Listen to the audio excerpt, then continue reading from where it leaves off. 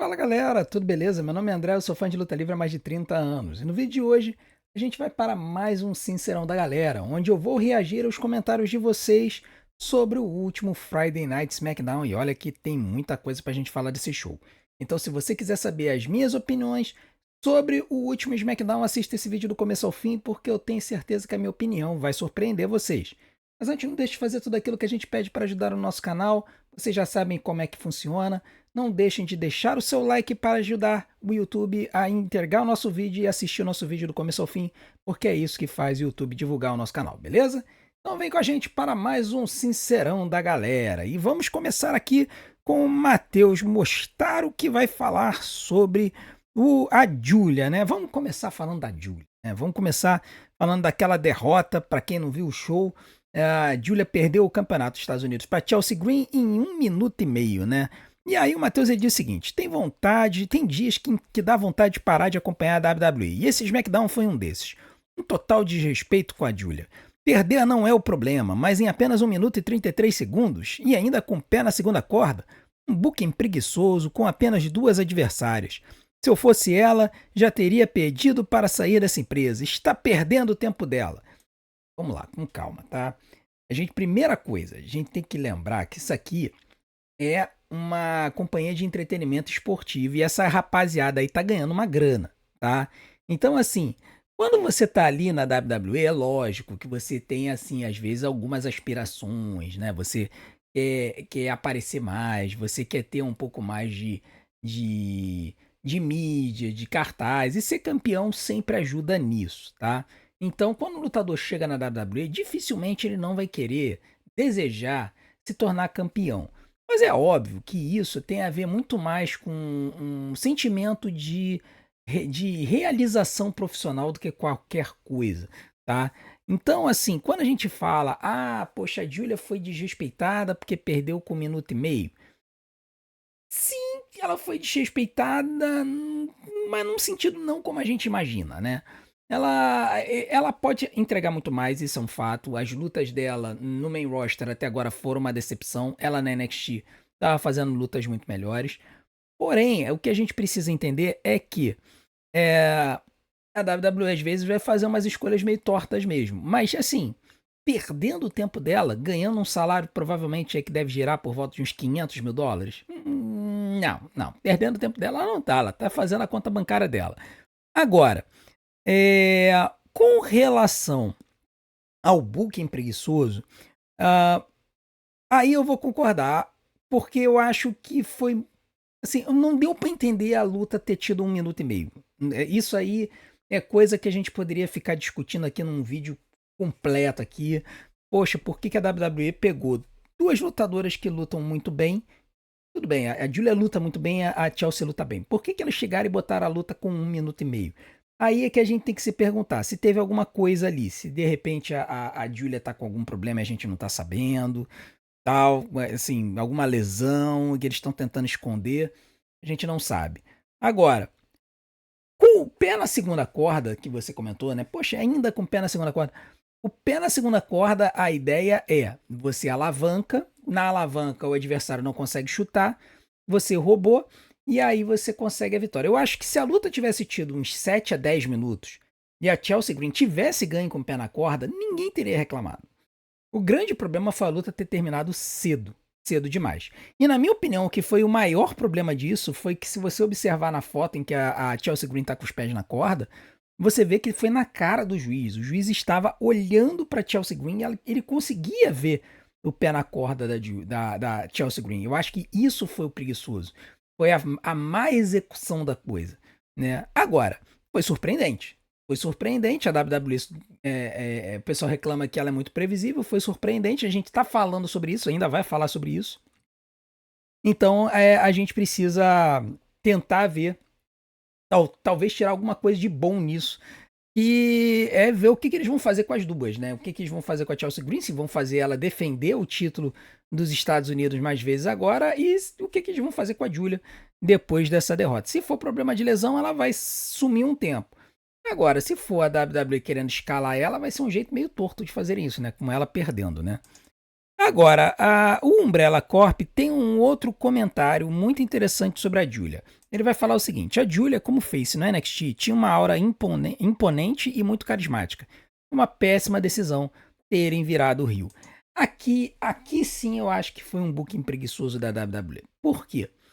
Geralmente é mais fácil você trazer um lutador para aparecer no main roster como Rio do que como face. Como face, às vezes você precisa fazer algumas vinhetas, você precisa apresentar ele aos poucos, mostrar a qualidade dele, ou então simplesmente você botar ele para lutar diversas lutas vindo de baixo para poder elevar ele. Quando a Julia veio pro main roster, a WWE quis catapultar ela e a Roxanne Perez pro topo. E aí, para fazer isso, resolveram colocar ela e a Roxanne como heels para poderem bater de frente lá com a Rhea Ripley e a Io Sky, que estavam se engalfinhando lá no Monday Night Raw depois da WrestleMania. Também se engalfinharam um pouquinho com a Jade Cargill também e tal.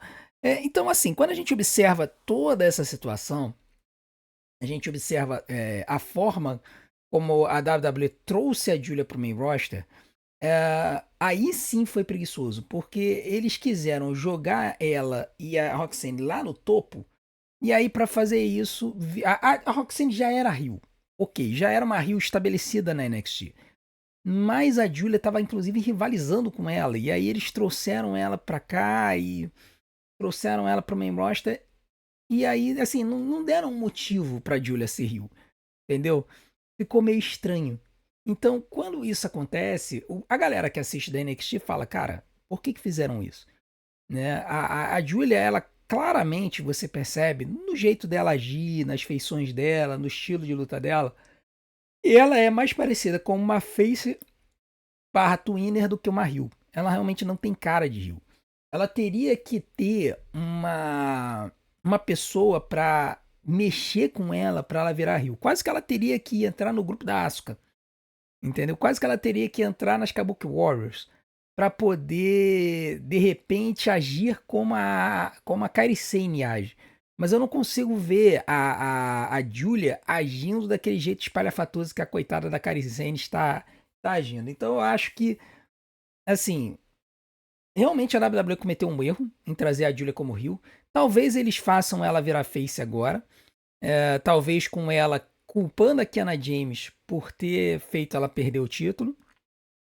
E aí, nessa história, a Kiana James vai se manter como heel e a Julia vai tornar face. Vamos ver o que vai acontecer, mas assim, o cenário não tá lá muito positivo para o futuro da Julia, não. Agora, nós temos um comentário sobre os MFTs, e aí é muito interessante, né? O Luciano, acho que ele deve espelhar todo o sentimento da galera quando pensa nos MFTs de vez em quando, né? Ele diz o seguinte: bom dia, titio. Alguém realmente está empolgado com os MFTs? Alguém realmente está esperando ver o grande combate com os White Six? Ou o grande desafiante do US Open Challenge Tamatonga?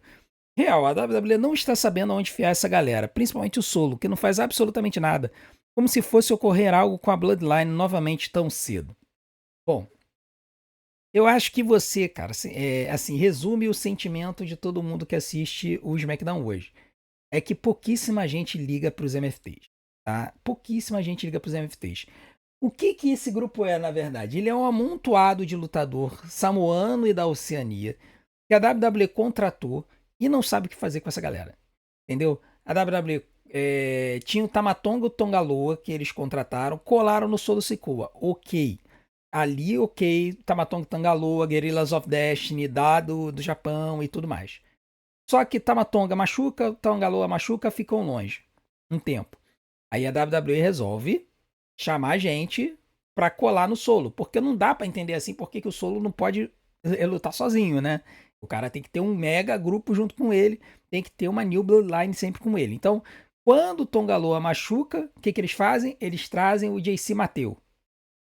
Aí eles trazem o JC Mateu, aí o Tamatonga machuca, e aí quando o Tamatonga machuca, eles vão lá e chamam o Talatonga, né? E já estava até contratado, dizem e tudo mais. E aí trazem o Talatonga, e aí depois o Tongaloa se recupera, e depois o Tamatonga se recupera. E agora a gente tem 5 lutadores nesse grupo, E esses 5, se você juntar todos eles, a quantidade de aura não enche esse copinho aqui que eu tenho aqui em casa. Tá? Porque, olha, é brincadeira. Assim, são personagens que você não dá a mínima, entendeu? Se você juntar os 5, a única coisa que melhorou neles nos últimos tempos foi a cara pintada.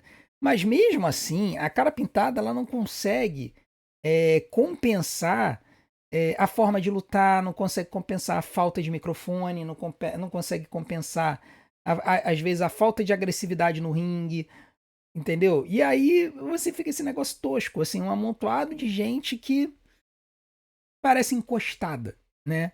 E para piorar a situação, quem acabou sendo prejudicado nisso foi o Solo. O Solo que, poxa, tava lá na Bloodline original, parecia ser o futuro da Bloodline. A WWF colocou ele como líder de uma nova Bloodline junto com o Jacob Fatu. E aí, quando o Jacob estoura, é que você consegue perceber que, na verdade, o Solo, cara, eu acho que o destino dele é isso. É ele ser um manager, ele ser um mid-carder, porque hoje a gente não consegue ver o Solo indo muito além disso. A gente não consegue ver o cara, pô, vamos colocar o Solo no main event. A gente não consegue ver. As lutas dele são formulaicas. Quando ele luta, você olha assim e fala, poxa, luta mediana, né? E assim, a personagem dele, a persona dele que poderia ser melhor desenvolvida e tudo mais, não é desenvolvida, porque ele fica tentando empurrar esse grupo de monte de encosto aí que a WWE não consegue fazer nada. Então, cara, sinceramente, os MFTs só vão servir pra lutar no War Games. Não vai ser uma luta boa, imagino eu. Tá? Eu acho que vai ser uma luta mais ou menos. Já adianto. Quem vai carregar a luta, se for naquele grupo de faces que eles estão destruindo o tempo todo, quem vai carregar a luta vai ser o Morosini Machine Guns, o Shinsuke Nakamura e o Sami Zayn. Vai ser essa rapaziada que vai carregar a luta. E, cara, e o Ray Fênix também, né? E, assim, é isso. É isso. A gente vai ter os MFTs ali como um bando de encosto que vai ficar aparecendo durante os shows, tentando se fazer como uma Rio dominante, mas ninguém acreditando. Essa que é a verdade. Agora, o Jonas ele vai trazer um comentário sobre a Lash Legend. Lash Legend foi uma das lutadoras que estreou aí, né? Ela estreou agora no SmackDown, parece que já subiu, porque a WWE colocou ela no roster do SmackDown. E ela se aliou a Nia Jax ali atacando a Charlexa, né? Então, o Jonas ele diz o seguinte: a Lash Legend no main roster vai ser interessante, ainda que ela é uma lutadora dessa nova geração de muito potencial. Força física, talentosa demais, a famosa Powerhouse. Eu sabia que uma hora poderia ter aliança com a Nia Jax. Eu acho que isso vai levar e fazer as duas crescer ainda mais como dupla. E o SmackDown estava precisando disso. Quem sabe futuramente, quando a Lash tiver mais push futuramente, ela vá subindo degrau a degrau de Miss Money in the Bank, o título dos Estados Unidos, o sonhando mais alto, uma rivalidade com Jade Cargill pelo título mundial e uma Dream Match com a Bianca quando voltar. Bom, vamos lá, vamos com calma, já vi que você é fã da Lash Legend. O pouco que eu vi dela na NXT, deu pra ver que ela fala muito bem, ela tem uma presença muito boa, ela tem tamanho, tem força, e ela tem um potencial aí a ser explorado, tá? A grande questão é que a Lash Legend, ela me parece no ringue uma Nia Jax melhorada, porque ela não tem os problemas de mobilidade que a Nia tem. Ela tem uma presença legal, a WWE pode investir nela. Eu acho que talvez ela vai precisar de um tempo para isso, se ela for jogada lá para cima muito rápido, vai ficar o pessoal reclamando que ela é forçada.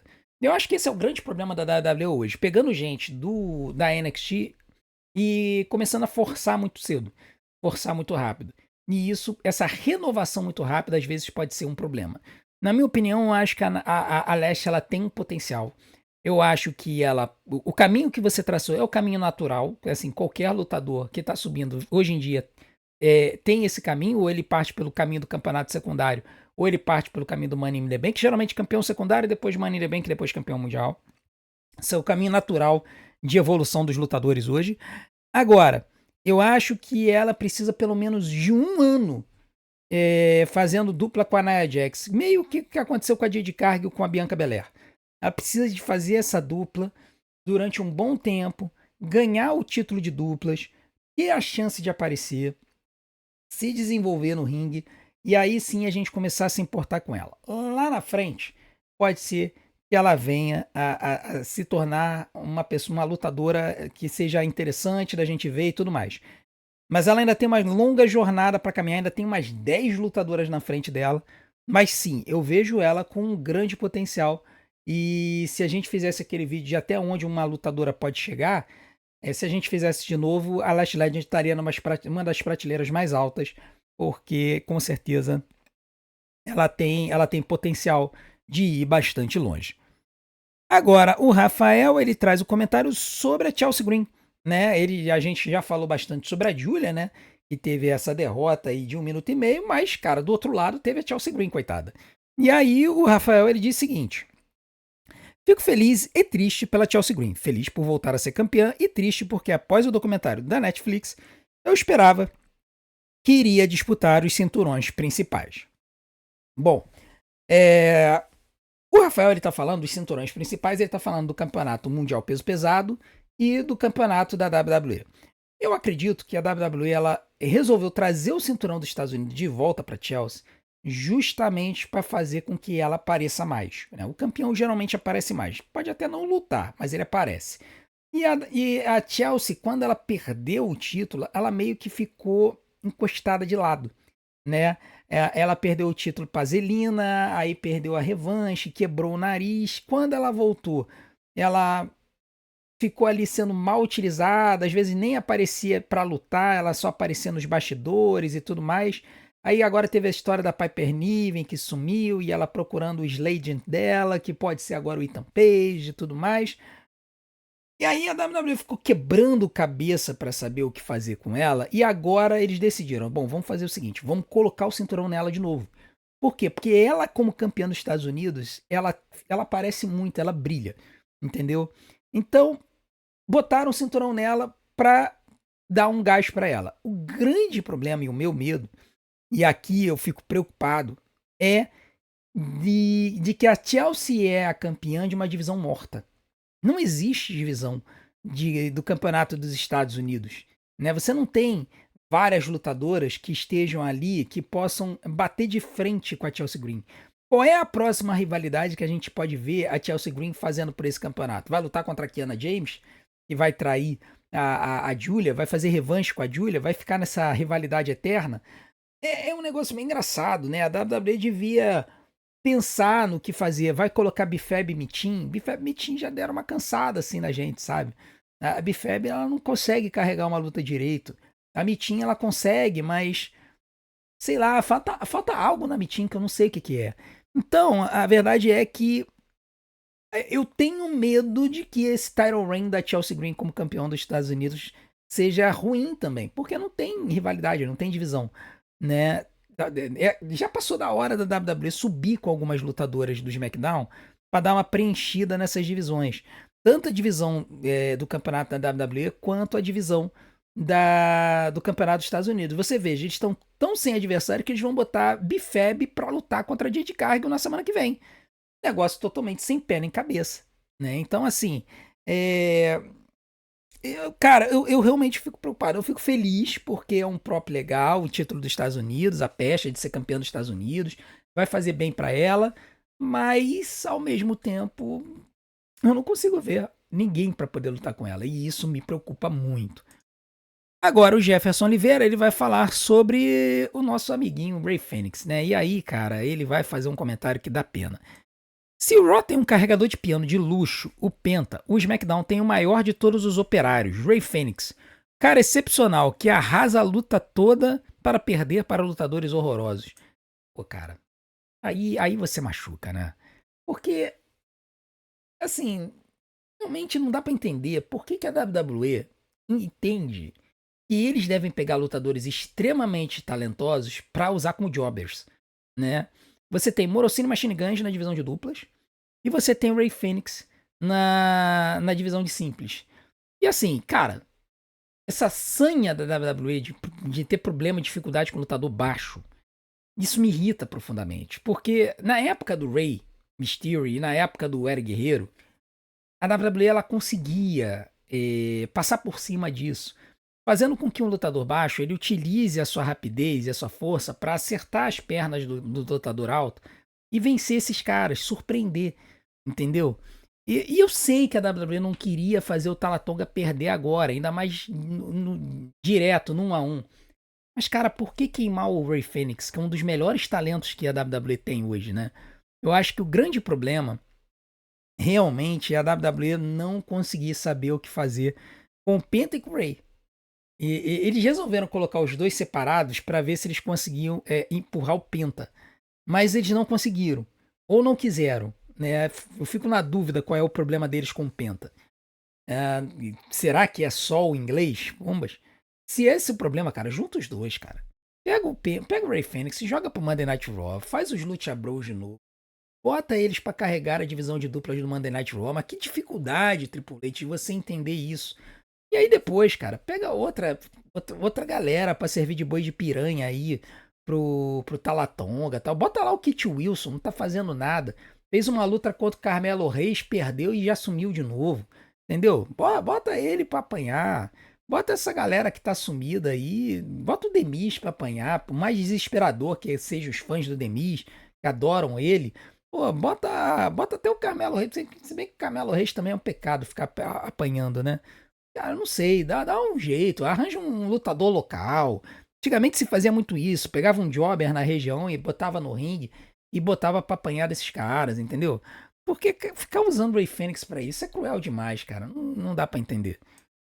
Agora, o Vitor Andrew vai falar sobre a Jade Cargill, né? E aí ele diz, e assim, a Jade a gente sabe que a gente tem uma opinião meio polarizada, né? Ele diz o seguinte: Mano, vou ser sincero, a Jade Cargill é muita aparência para pouca entrega ainda. A mulher tem presença de campeã, visual de estrela e uma aura absurda, mas no ringue parece que falta algo, tipo, é mais pose que performance. A WWE tá empurrando ela como a próxima grande coisa, mas se não melhorar nas lutas, o hype vai desabar rapidinho. Cara, eu acho que a WWE estragou a Jade Cargill. Pois é. Deixa eu explicar o meu racional. A WWE ela, quando trouxe a Jade Cargill para o main roster, ela já imaginava em empurrar a Jade para a Lua. Isso aí era muito nítido, era muito claro. Só que desde o começo eles perceberam que a Jade era limitada no ringue. Tá? Isso não é um grande problema, desde que você saiba como contornar isso. A WCW era especialista em contornar isso. Ela fez isso com o Goldberg, fez com Kevin Nash, Scott Hall, Hulk Hogan, Lex Luger e vários outros lutadores que eram limitados no ringue. Como é que eles faziam isso? Eles encurtavam as lutas e aí utilizavam o melhor desses lutadores para que eles pudessem aparecer. Tá? E um outro detalhe na WCW que muita gente não sabe, o ringue da WCW era menor. Tá? O ringue da WWE ele tem 20 pés de comprimento por 20 pés de largura. O ringue da WCW tinha 18 pés de comprimento por 18 pés de largura. Você consegue observar isso quando os lutadores da WWE, quando eles vão na corda, eles precisam dar 3 passos para chegar no meio do ringue. Já na WCW, quando o lutador ia nas cordas, ele só precisava dar 2 passos para chegar no ringue. Isso ajuda o lutador a cansar menos, etc, etc. Só que quando você pegava um lutador limitado, por exemplo, Goldberg, geralmente o que eles faziam era eles encurtavam ainda mais a luta e faziam com que eles devastassem o lower card para depois ir subir aos poucos. Eu acho que a WWE deveria, se eles queriam empurrar a Jade Cargill como uma nova Goldberg, né? E aí eu brinquei chamando ela de Jadeberg. O pessoal até comentou e tudo mais, só que nem fui eu que criei esse título. Eu vi na gringa alguém chamar ela de Jadeberg. A WWE ela deveria ter feito isso desde o começo. Assim que a Jade Cargill chegou na WWE, a WWE deveria ter colocado um monte de jobbers para poderem lutar contra ela e ela destruir todo mundo em 1 minuto e meio e tal. E aí depois vir subindo com ela de baixo até chegar aonde ela chegou. O que a WWE vai fazer agora é tentar consertar isso, pegando os jobbers e dando para Jade Cargill se alimentar. Mas agora ela já é campeã. Então ficou assim. A gente não tem como se importar muito com ela como essa força devastadora, porque a gente não viu ela usando essa força devastadora por muito tempo. A gente viu ela perdendo luta, ela sendo jogada para fora, entendeu? Do ringue perdendo luta, no caso da Tiffany Stratton e Nia Jax. a gente não viu o suficiente da Jade pra gente se importar com ela. No ano passado, quando ela tava no cenário de duplas com a Bianca, ela mal lutava pelo título de duplas. Então, isso também foi um problema. Eu acho que a Jade Cargill, ela foi muito, muito mal construída pela WWE. Talvez tivesse sido melhor se ela tivesse ido pra NXT, tivesse passado o rodo por lá, mesmo que fosse por uns 3, 4 meses, tivesse pego o título e aí tivesse falado, cara, peguei o título, conquistei o título, mas isso aqui está abaixo de mim. Ela tivesse subido pro main roster e tivesse deixado o título lá. Tudo bem, o pessoal ia reclamar que ela teria jogado o título da NXT no lixo e tudo mais, mas eu acho que teria sido melhor, porque pelo menos a NXT é o local de construção de persona, entendeu? E ela teria subido e teria continuado com esse poder devastador. Eu acho que realmente foi muito ruim a forma como a WWE construía a Jade, e agora a gente tá sentindo isso. A gente tem uma campeã que a gente se importa pouco e que quando chega no ringue decepciona a gente. Então eu acho que a WWE ela acabou realmente dropando a bola aí e a gente vai ter que ver o futuro dela, mas eu não tô muito esperançoso com esse futuro da Jade não, sinceramente. Já o Vinícius ele vai falar do US Open Challenge, né? E ele vai comentar uma coisa interessante. Com esse Open Challenge, eu percebo quantos lutadores baixos são impressionantes. Nenhum lutador de 1,80 m ou mais consegue ter a raça que eles têm. Até me acendeu uma esperança de que possa surgir um novo Daniel Bryan nessa brincadeira. O Nathan Frazier seria um bom nome de lutador baixo para ser empurrado para o main event. Aqui você comentou algo interessante, né, de lutadores baixos. É interessante porque quem começou com o US Open Challenge é o Sami Zayn, ele tem 1,85 m. Mas ele nem parece ter 1,85 m porque os lutadores com quem ele geralmente luta têm aí 1,90 m, 1,95 m. Eu concordo com você, eu acho que o US Open Challenge ele é o local ideal para essa galera mais baixa poder mostrar o seu talento. E eu espero que a WWE faça isso, para que essa galera continue aparecendo. Eles estavam usando muita divisão de duplas e eles podem usar agora o US Open Challenge para isso. Mas eles também, se eles quisessem, eles poderiam fazer isso com o campeonato mundial. Tá? O problema é que o Cody Rhodes ele tá como campeão, né? Mas o Cody ele não é tão alto assim. Então, se você quisesse, você poderia construir alguns lutadores mais baixos para poderem bater de frente com o Cody e arrancarem boas lutas dele. Então a WWE poderia fazer esse movimento de começar a dar uma baixada na altura dos campeões do SmackDown, dar uma deslocada nos campeões muito altos, nos lutadores muito altos para o Raw, para que o SmackDown volte a ser aquele show em que lutadores um pouco mais baixos possam mostrar seu talento e serem campeões. A gente lembra aí Daniel Bryan e Kofi Kingston lá atrás, que fizeram isso, né? Eles foram campeões. Eu não lembro se eles eram do Raw ou do SmackDown, mas foi um movimento que houve em que um dos campeonatos, que era o campeonato, no caso, o campeonato da WWE na época, eles baixaram a altura e aí deram oportunidade para essa galera de poder ser main eventer e ser campeão mundial. Eu acho que tem muita gente na WWE que tem condições de carregar um campeonato mundial tendo uma estrutura mais baixa. E eu acho que seria muito bom a gente ter essa mudança, tá? Poderia ter gente até falando que isso é um sinal da WWE querendo responder à AEW, porque a AEW, não é que ela tem lutadores baixos, mas os lutadores da AEW têm mais qualidade no ringue.